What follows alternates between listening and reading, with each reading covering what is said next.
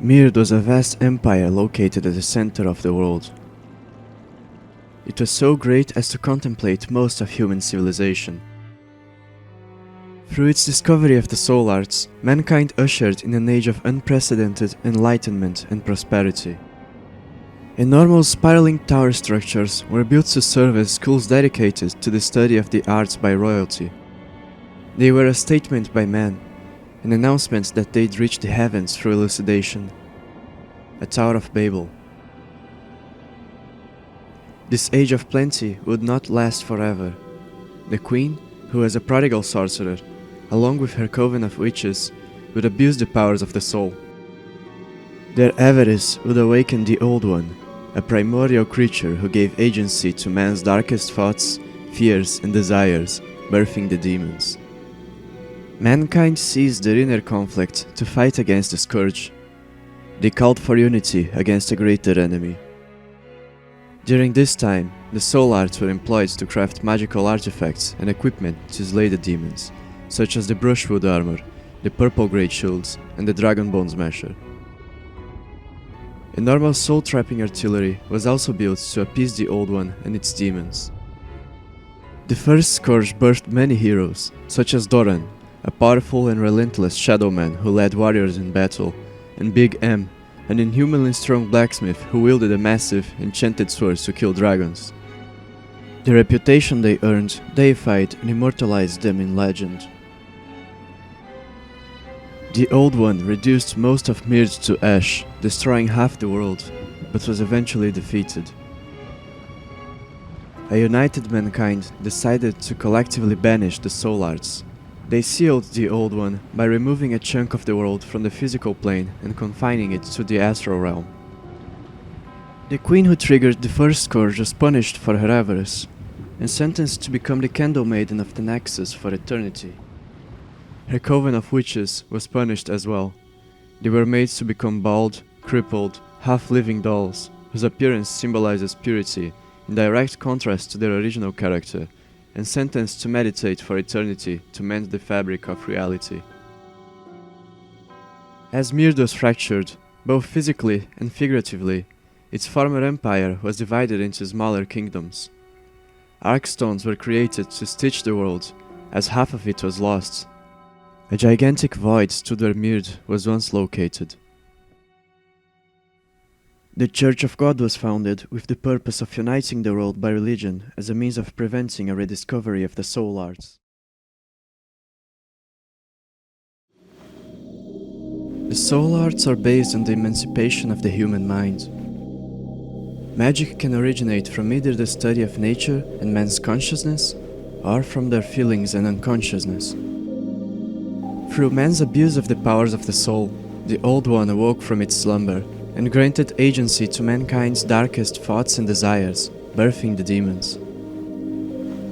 The fog that then embraced the world would disrupt nature and incite every living thing to feed on souls. This is what it means to be demonic, to greedily steal the souls of others. The powers and properties of most demons are tied to the collective of the human mind. Many demons are born from egregories, as in, they are given shape by symbols, ideas, or ideals that exist in the collective psyche of man.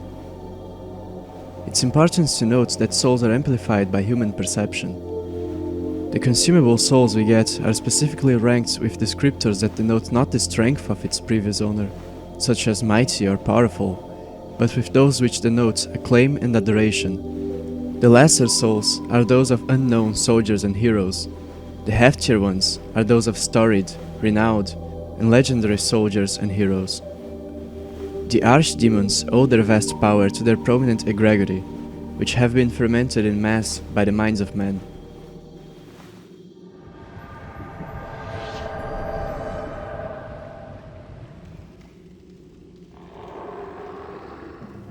Vanguard's design informs us of the gluttonous nature of the demon. They have a bloated body and a gaping mouth. They're not as simple as they appear, however. They possess a third eye, and their eyes emit a luminous glow.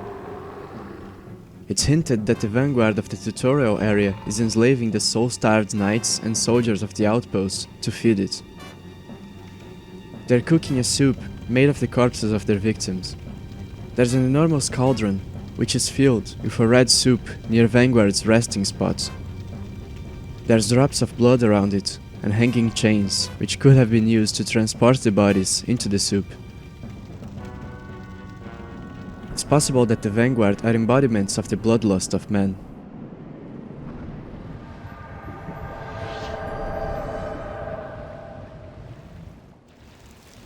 The Phalanx were originally a unit of spearmen who descended from the Shadowmen. Their leader was a warrior woman known as Longbow Olin.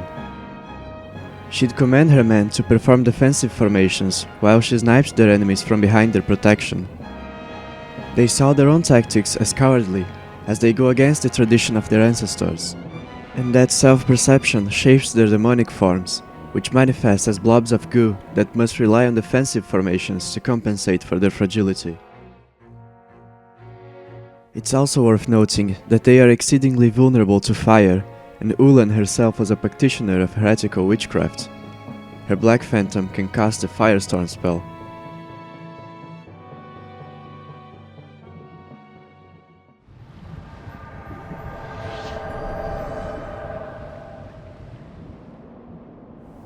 The Tower Knight is based on the egregory of Alfred, one of the most revered figures of Boletaria. His iconic tower shield and heavy armor were emphasized by his demonic form, and as such he is nigh invulnerable unless struck on the head. Shields as big as his were scarcely seen until the Soul Arts resurged in Boletaria under Allant's rule. Like the other Knights of the Round Table, Alfred employed the arts to enhance his own strength, thus enabling him to carry such heavy equipment.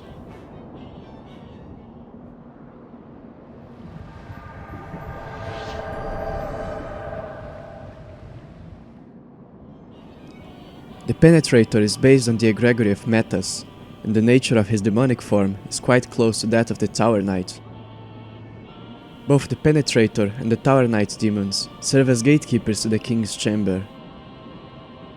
It's possible that Metas originates from the southern region of Boletaria, as the Penetrator is referred to as the Silver Demon, a material most associated with Latria's noblemen. His distinctly large penetrating sword, which specializes in thrusts, is reminiscent of the rapiers wielded by Latria's noblemen. Latria is a very wealthy place at the south of Boletaria's empire, and the fluted chest piece worn by Meta's dark spirit is said to originate from the relatively advanced region of southern Boletaria.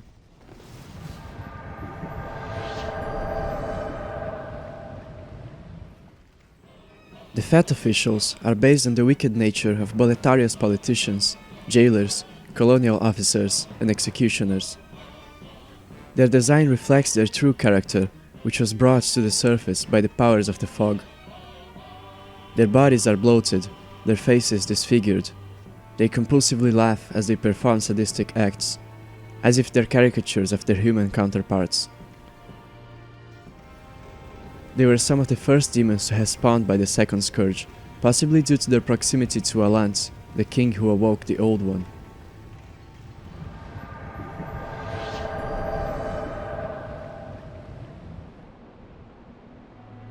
Old King Doran was a hero of the first scourge, a brave slayer of demons who fought demonic wyverns and absorbed demon souls to enhance his vitality. He was originally a barbaric-looking warrior.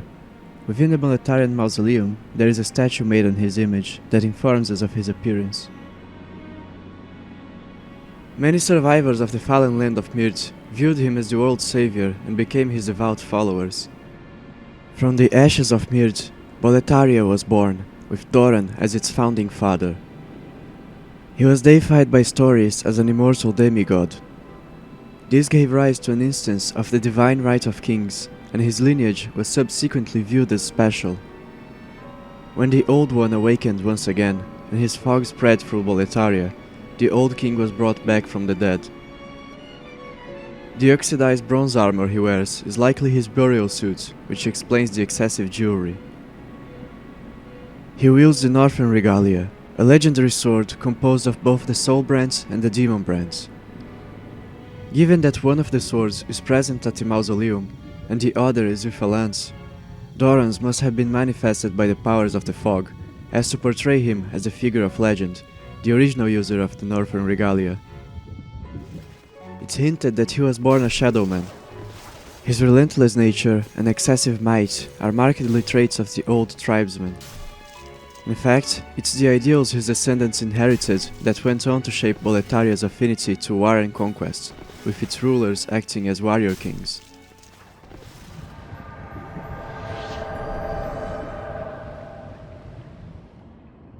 The dragons that were spawned by the fog during the first scourge were born of legends that spoke of the ancient creatures whose fossils were found deep underground. They were subjects of many myths and speculation. Miners of ancient times excavated shrines in their worship, fearing they'd one day return. The image of the dragons was ingrained into the collective minds of men, which in turn was manifested by the powers of the Old One.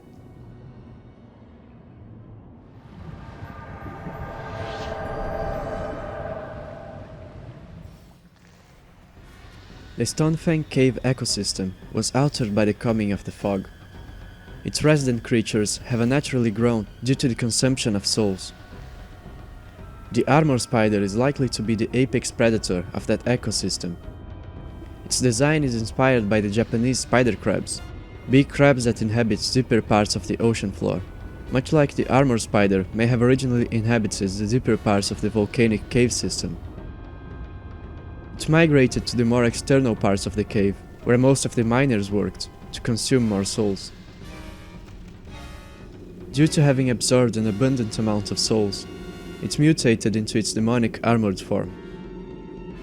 From its demon soul, we can create the Lava Bow, a magic scaling special weapon, and 2 magic spells based on its abilities. Since you can find a Crisp Blade, a ceremonial sword that amplifies the powers of sorcery, near its location, it's implied that the spider fought and slayed the original user of the sword and consumed its soul, inheriting his or her magical abilities.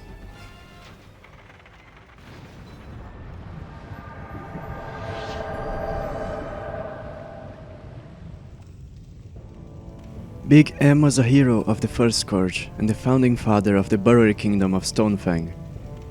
He was a blacksmith who employed the soul arts to both strengthen himself and to craft magical weapons fit for demon slaying. He crafted the Dragon Bone Smasher, an excessively big, enchanted sword which requires inhuman strength to be wielded and grants its wielder resistance against fire. He brandished his massive sword to slay demonic dragons, and his prowess was deified by legend. He'd be remembered as a man so strong he could kill dragons with his fists. A flaming altar would be built in his honor, and his sword was stored as a precaution should the dragons rise once again.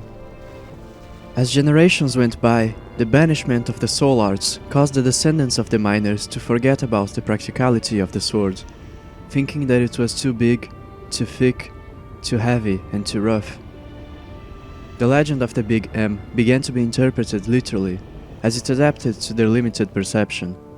They thought of the Big M as a man who kills dragons with his bare hands, and shaped their culture around this idealization. They crafted the Hands of God, weapons that require great strength and faith to be used effectively, to emulate his inhuman strength. The Flamelurker was born out of this egregory, and spawned from the flaming altar dedicated to Big M, the name Flamelurker being a literal descriptor. Additionally, it's interesting to note that the explosions the Flamelurker triggers with his punches mirror the explosions caused by the concentration of souls within the ores found in Stonefang. And his rounded head is similar to the round, crown-like hat of the Burrower King as featured on the Artstone.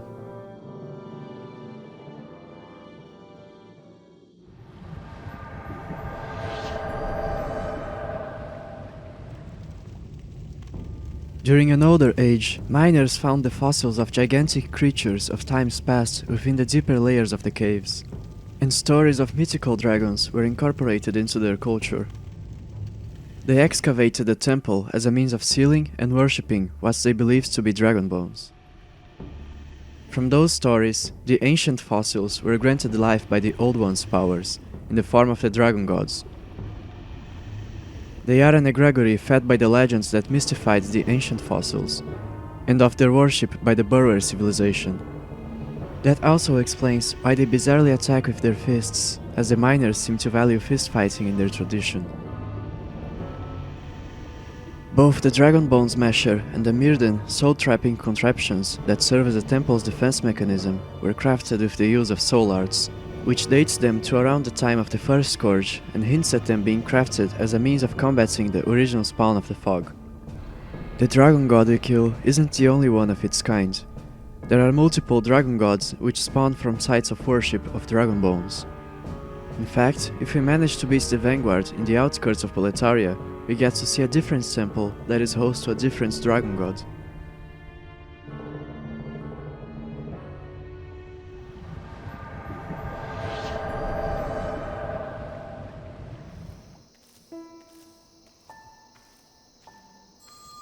Latria is a land that can be characterized by the study of the soul arts. After the first scourge, man banished the soul arts, and the prison of hope was built to jail those who engage in heretical studies of the soul. But the royals of Latria kept practicing them from the shadows. They formed a secret society to discuss the harnessing of souls, following the tradition of their ancestors, and organized secret, masked meetings at the Queen's throne room. They maintained their production of spice, a commodity that helps stimulate the mind and is noteworthy for its magic aiding properties, and possibly justified it by claiming to benefit from its practical purpose as a regular sort of spice. The Queen of Latria herself was a prodigal sorcerer, as the Soul Ray sorcery discloses. This secret society of Latrian nobles would murder any person who was outside its ranks and knew of soul arts, hiring assassins and mercenaries, and occasionally engaging in murder themselves. After the banishment of the soul arts, the queen was not revered as a talented sorcerer, but as a religious saint due to the influence of the Church of God. But that was merely a sham to hide their transgressions against international law. When the old monk had his revenge against the royals of Latria, the queen, its greatest authority and the greatest of deceivers, was the one he chose the harshest sentence for. He'd abduct and murder her, and make a doll out of her pale corpse, revive her through necromantic magic, and command her to eternally punish the convicts of the prison of hope as an ironic mockery of her hypocrisy. The church where the fool's idol resides was built in times past to convert those who engage in heretical studies of the soul, but during the old monk's rule, the path to the church was filled with various obstacles, and the escapees would have to engage in a game of death and torture to attempt to reach salvation and ascend to the upper strata of Latria. The prison corridors were filled with golden robe-wearing nobles turned demonic jailers who gruesomely impaled their victims. The main road to the church was blocked by an iron contraption modeled in the queen's image, and of course, those who managed to enter the church, despite the tribulations, are struck down by a satanic, but ironically honest depiction of the figure once worshipped. However, the soul-starved prisoners kept idolizing the fool's idol as their holy queen, not having the wits to realize she is a mere instrument of torture who happens to bear her body and a part of her soul. And even in the circumstance that one managed to defeat the idol, she'd be revived by necromancy once again, ruining the chance of an escape.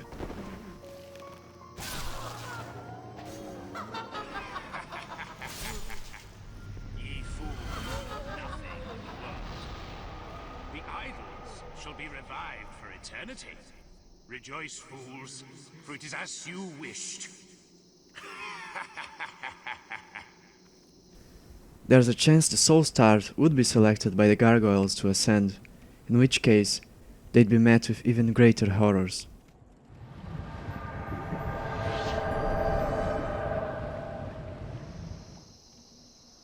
The Maneaters were two of the four consulars of the Queen of Latria, as depicted by the figure shown beside her on the mosaic murals of the church. Similarly to the Queen, they were once revered as saintly figures. The old monk turns them into man-eating chimeras, whose bodies act independently of their minds, their snake tails constantly biting at their backs. They're another example of the twisted, ironic punishments devised by the old monk to Latria's hypocritical royalty. Much like other monsters of Latria, their demonic forms reflect the avaricious nature of the royals, as they are condemned to eat men for their souls. And their faces have melted and turned into masks, representing their deceitful nature.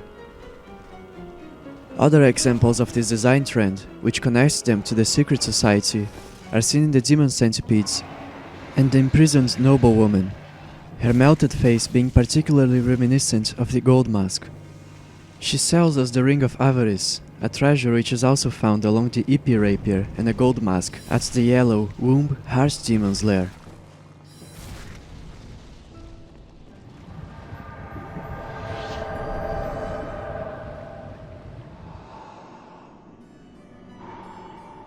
The old monk was Gary, an enthusiast of the soul arts who believed in their potential to emancipate mankind. He was husband to the Queen of Latria and one of the 4 members of her council. His marriage with the Queen was likely arranged to preserve a royal bloodline. His old age in relation to her probably caused resentment between them. He employed the soul arts to craft numerous artifacts, which quickly spread around Latria, so much so that he earned a reputation for his magical handicrafts. Thus, it's fitting that he'd be punished for spoiling the secret practices of the Latrian royals. 2 of the 4 members of the council denounced his practices and were in favor of his exile. The other member, a prodigal sorcerer named Freak, stood up for his case. But ultimately, the Queen sided with his political adversaries and sentenced him to be banished from the land. This decision caused Freak to abdicate his seat at the council and roam around the world to spread the knowledge of the soul arts, following his friend Gary's ideals. This earned him the title of Visionary. Gary, who now became a monk by necessity, felt that his transgressions did not merit such harsh treatment, and that the actions of the royals of Latria were cowardly and immoral, as they pretended to be holy men and concealed their heretical greed for knowledge to avoid the law and to keep the secrets of the soul arts to themselves. He wore a crown of thorns as a symbol of his martyrdom. He believed wholeheartedly that his studies were righteous in nature.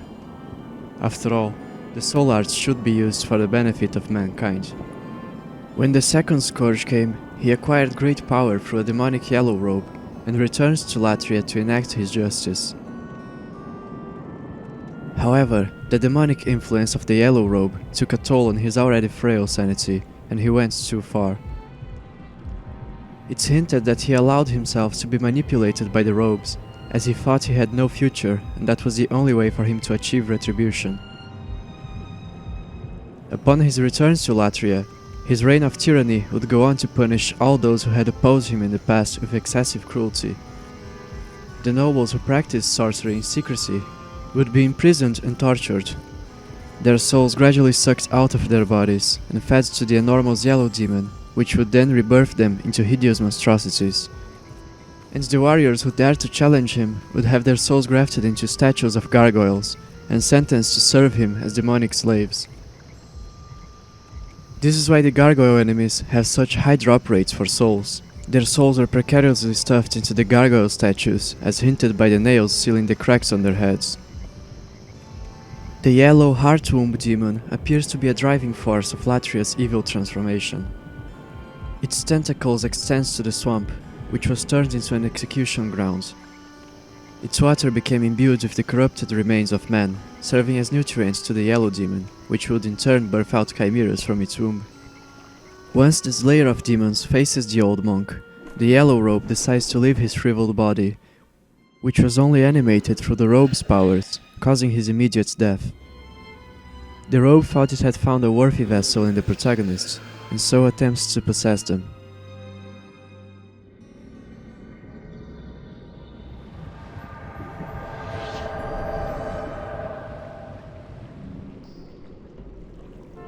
The Shadow Men were a tribe of pillagers who valued bravery and might over everything.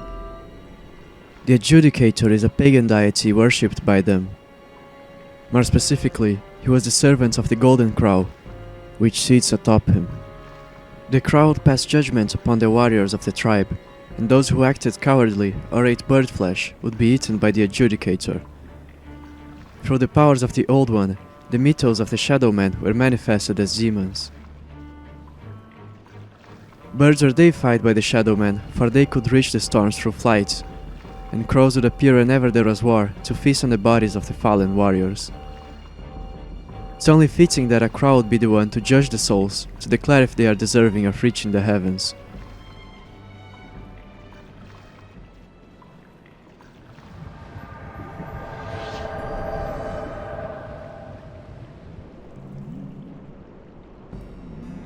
The old hero is the spirit of a mighty berserker warrior of the past that was conjured by the powers of the old one.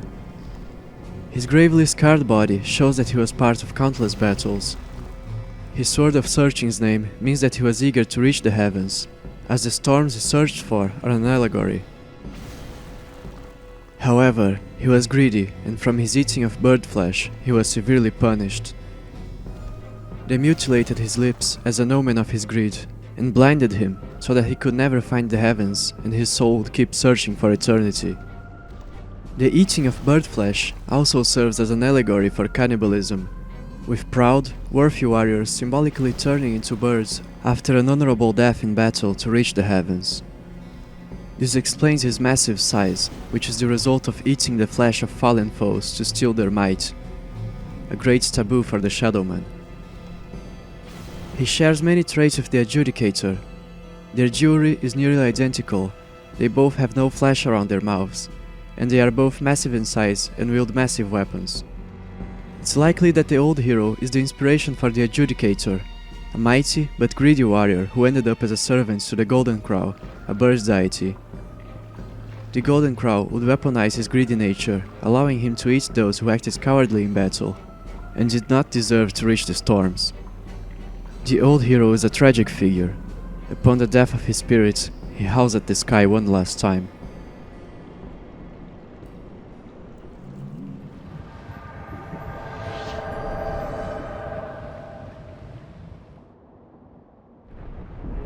The Storm King is the chief deity worshipped by the Shadowman. It is the one who rules the heavens and is manifested by the fog as the embodiment of its egregore. The birds, more specifically the crows, were deified as psychopomp-like creatures. Seeing how the Storm King is a manta ray, it could be that the Shadowman saw the manta rays in the sea and thought they too must have fallen from the heavens, as they possess wing-like protrusions. The Storm Ruler is an enchanted sword fitting for a warrior of legend. It was likely crafted during the first scourge to be wielded against the demons. Its magical powers awaken when in the presence of the graves of mighty Shadowman warriors of yore who fought against the spawn of the fog.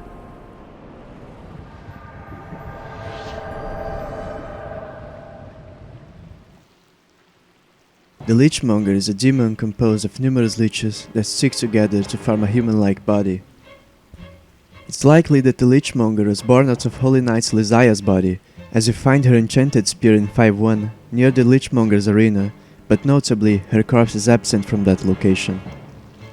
She was one of the church's high-ranking holy women, and like Vito and Salen, she probably wore the dual golden set. Her spear, Starele, is also said to be one of the few holy revelations of God, as is the Moonlight Greatsword, which was Vito's weapon, and the Blind, which belongs to Salen. Her corpse fell to the bottom of the valley, and a billow of leeches feasted on it. However, her gleaming soul triggered the birth of a demon, who acts as gatekeeper to the valley's core.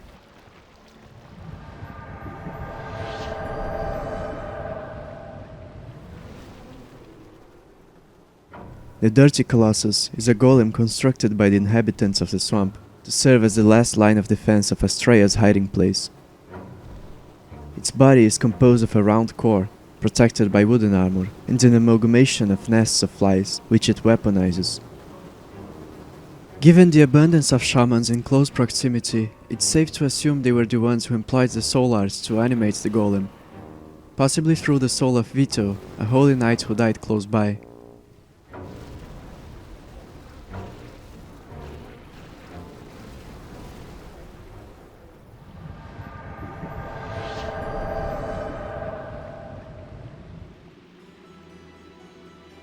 Astraea is a maiden who abdicated from her duties as both a noblewoman of an important royal lineage and as a maiden of the Church of God to stay in the Valley of Defilement and care for its inhabitants.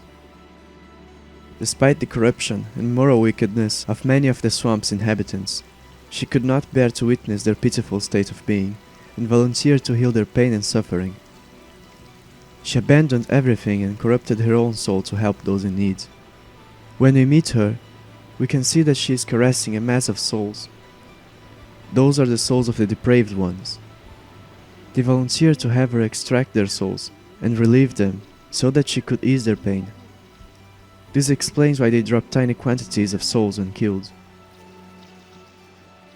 The valley's inhabitants have thus organized themselves as a militia to protect Astraea, bearing access to those who seek to rescue her and from the slayers of demons who come to take her soul. Of course, one could think that being relieved of suffering through the dilution of their consciousness is not benevolence, that it is a cruel anesthesia to their ills.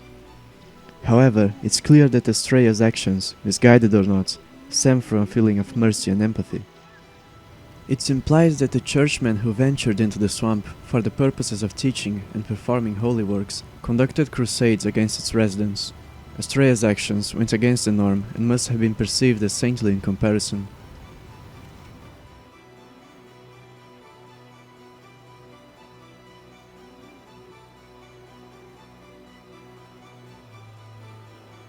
The depraved ones captured the son of the filthy woman, possibly to gift the child's soul to Astraea. Their intention could have been to relieve the child from the impurity of the swamp. However, their obsession with their saint, along with Astraea's deed, have darker implications. The Old One has archdemons as his servants, so she's feeding him unknowingly after all. Astraea's role mirrors the Church of God's configuration in a way that seems very deliberate. The depraved ones worship a demon who they see as a holy, saintly figure. The church became increasingly demonic as it conducted holy wars and witch hunts, which in turn led them to worshipping the Old One unknowingly, confusing it with God.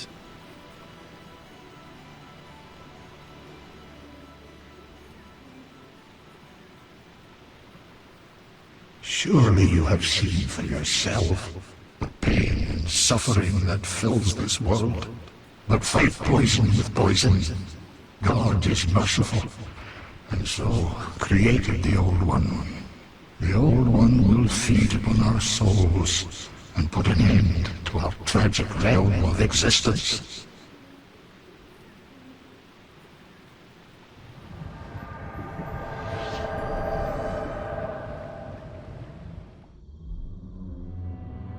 The giants consisted of a tribe of shamans, many of whom achieved immense sizes through the eating of human flesh. They evidently would be an easy target for Latria and the Church of God, as their heretical practices warranted a war declaration. It's possible that the giants were hunted down to extinction during Allant's rule, which caused their Arkstone to crumble. Knights of the Church would wear dark silver equipment and wield enchanted weapons, such as the brands, to smite them and resist their poisonous spells. Given that dark silver is referred to as the oldest metal and is said to exorcise malice, and the brand is a Vinland heirloom, it's likely that the giants were antagonized by the Myrdans as well, and their rivalry endured way past Latria's founding. The legacy left by the giants is seen in the Valley of Defilement, as the corpses of their dead, along with miserable survivors of the war, would end up at the bottom of the swamp. We encounter depraved ones of enormous sizes, as well as shamans who cast poisonous mists, and the black phantom of a cannibal witch who wields the butcher knife. In fact, the very title of depraved ones comes from their practices of cannibalism and malicious witchcraft. It's possible that the Shadow Men were a neighboring tribe to the giants, a rival which antagonized their culture. They viewed the eating of human flesh as a taboo, and prohibited their people from committing this sinful act.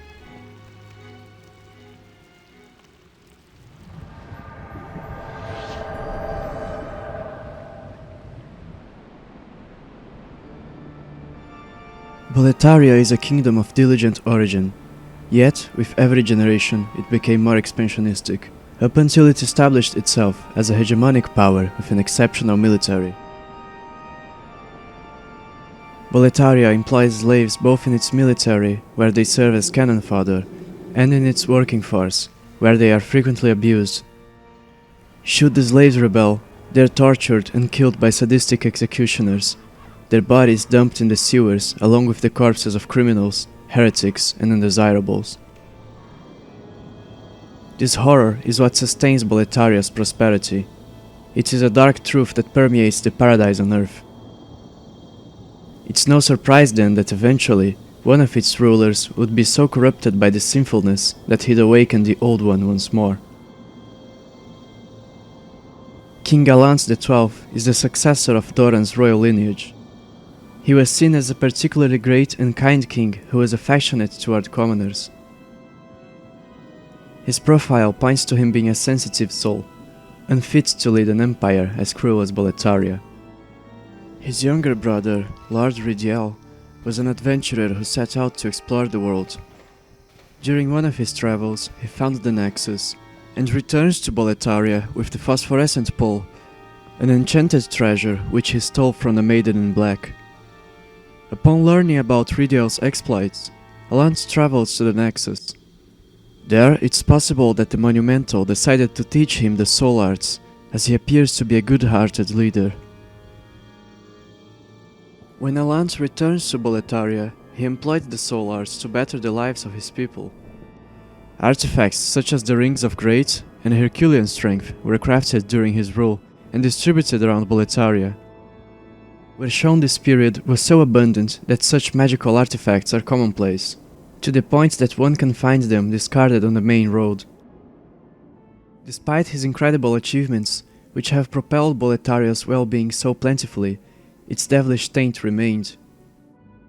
He was forced to enact the role of a warrior king, as was tradition within his lineage. For that, he begrudgingly wielded the Soul Brand, a sword that draws its strength from the darkness of the soul. His responsibility overwhelmed him, causing him to become disillusioned with his kingship. He ultimately snapped and summons the Old One with his rightful anger at the world.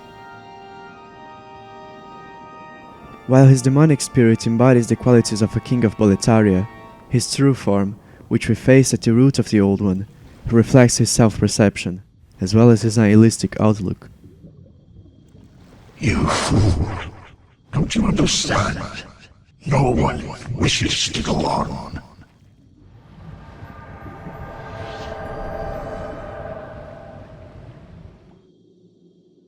The Maiden in Black was originally the Witch Queen who beckoned the Old One and triggered the first scourge. She was once the oldest, most dangerous demon who sucked the souls of men through her witchcraft. After the Old One was banished by Myrd, she was punished accordingly. Her soul was diluted, causing her mind to regress to a childlike state, as her eyes were sealed with wax, symbolically denying her enlightenment. She was sentenced to eternally tend to the flames of the Nexus as a candle maiden and aid the future generations of men with her ritual magic, should the Old One awake again.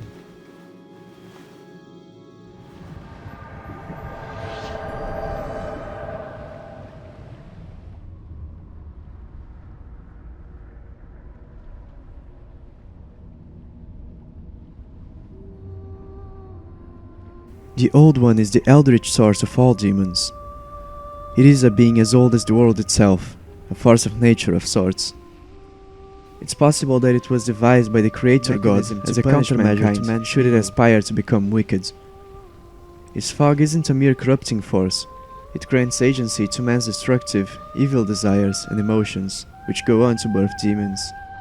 Its first awakening was likely triggered by the land of Myrd, during an age when it was the hegemonic power. It ravaged half the world, summoning mighty demons and devastating firestorms. Myrd attempted to send it back to slumber with powerful soul-trapping weapons. These magical Myrdan weapons are what power the Archstones and trap the souls of the demons who lay within them. They're also what causes the souls to be trapped and linked to the Nexus. It's possible that the player character gets trapped by the Nexus due to their area of effect overlapping with the tutorial area, which is the ancient border of Myrd.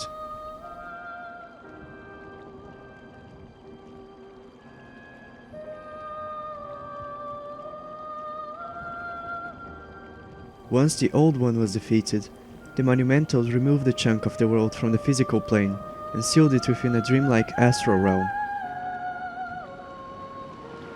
The Old One rests at the bottom of the realm, surrounded by Myrd's ashes.